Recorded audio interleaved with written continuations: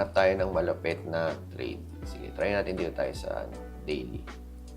Ayan. So, hintayin natin bumalik dito yung price. Ayan lang.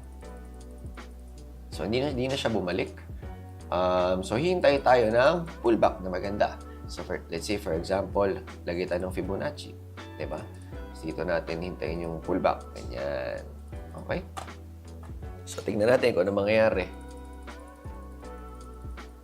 Ayan. Okay, so tingnan nga natin kung may magandang ano rito. Ayan. Okay. So, may magandang resistance area dito. And usually, kapag gusto mo i-trade yung mga reversal, syempre, extra risky siya kasi mas mataas talaga yung winning percentage kapag along with the trend yung mga trades mo. Pero, try natin pag may mga reversals para mapakita ko rin sa inyo kung paano. Like, for example, this one, kapag, nakita natin ganito yung sa daily, parang may nakikitang head and shoulders. Pero pag binaba mo sa 4 hours, medyo mas lumilinaw siya. No?